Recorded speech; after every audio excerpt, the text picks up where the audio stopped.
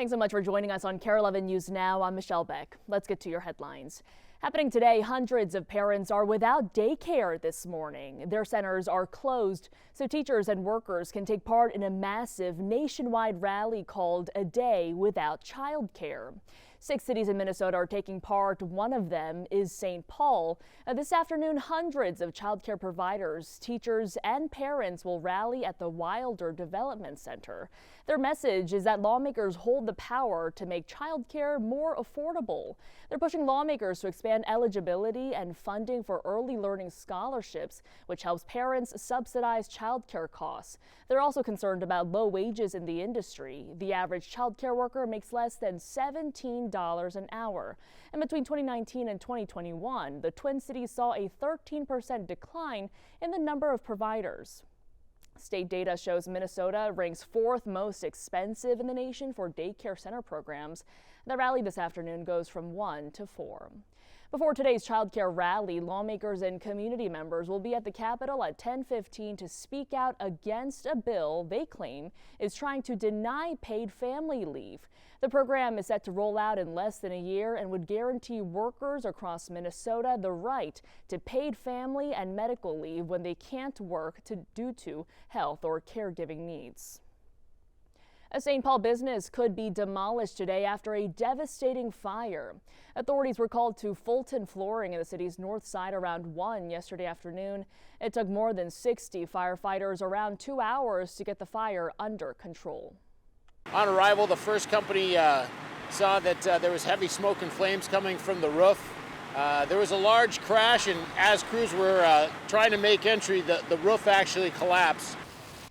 Officials say the fire spread to another building but was quickly put out. They also say there was another fire in a dumpster on the property recently. No one was hurt, and investigators are still working to find out what happened. Today, the family of a retired St. Paul police officer will be in the city to begin funeral arrangements. Felicia Riley died Saturday, 15 years after an attack in the line of duty. Heidi Wigdahl spoke to those who knew Riley best about her life. Felicia Riley loved being a police officer, serving 17 years with the city of St. Paul. It was next to being a mom and next to being married to my dad. It was her greatest dream. But she never dreamed of having to retire when she did. It's been 15 years of a long, painful road, and it's done now. Matt Riley, Felicia's oldest son, witnessed firsthand the long-term effects from March 24th, 2010. She was never the same after that day. While responding to a domestic dispute, Riley was brutally assaulted, kicked multiple times in the back of the head. She suffered a traumatic brain injury. Over time, the damage she received in that assault, some of the damage was to her brain, some of the damage was to her vagus nerve. Controls a lot of your bodily systems. And over time, things break down. It's my understanding that she's the first woman from the St. Paul Police Department to suffer a line of duty death. Officer Mark Ross, president of the St. Paul Police Federation, worked with Riley early in his career. She was courageous, she was smart, she was empathetic, all the things you'd want in a partner and a police officer. I would not wish the 15 years of suffering she had on anybody, but I am fortunate that I didn't have to say goodbye abruptly. I made it a point to make sure nothing was ever left unsaid, and I suppose I'm grateful for that. Happening right now, the UN is calling for Israel to resume aid deliveries in Gaza. This after Israel stopped the entry of all food and other supplies, demanding an extension on the first phase of the ceasefire. They're warning Hamas of additional consequences if they don't accept a new U.S.-backed proposal to extend it through Ramadan. Mediators Egypt and Qatar accuse Israel of violating humanitarian law by using starvation as a weapon. This morning, Pope Francis is off ventilation. He's stable inside a Rome hospital, according to the Vatican. The 88-year-old has been battling double pneumonia for over 2 weeks and on Friday suffered a respiratory episode and was placed on a breathing machine. Vatican officials say while he is doing better, there are no plans to move him back to his residence at Casa Santa Marta. New this morning, Minnesota Representative Tom Emmer and Minnesota House Speaker Lisa Demuth will be special guests at President Trump's joint session of Congress tomorrow. Hockey players Buzz Schneider and Rob McClanahan, who were part of the gold medal winning 1980 Team USA hockey team, they'll also join.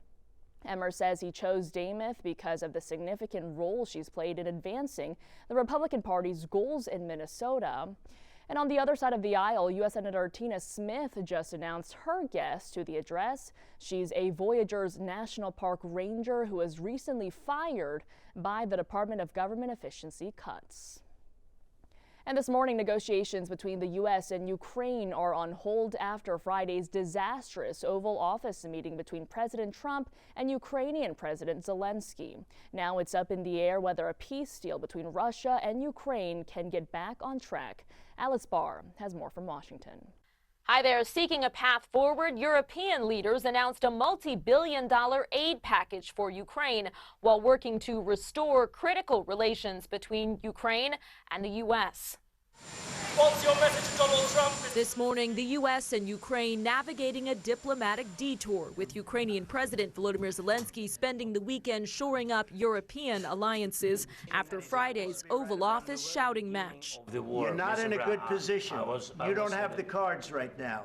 With us, you start having cards. Right? Zelensky was asked to leave the White House without signing an agreement to share Ukraine's critical minerals with the U.S., seen as a first step toward a peace deal with Russian President Vladimir Putin.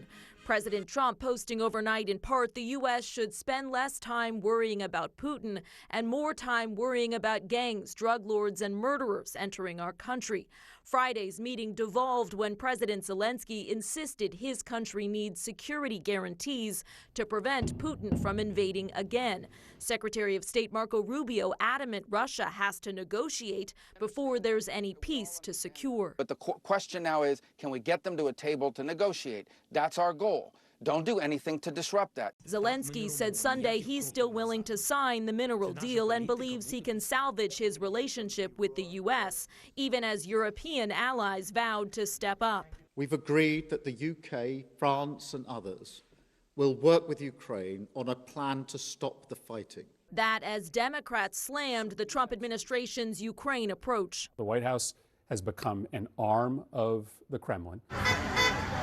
And protests broke out from Vermont, where Vice President Vance was on a family ski trip, to Seattle, where this Ukrainian voiced her people's fears. I'm terrified.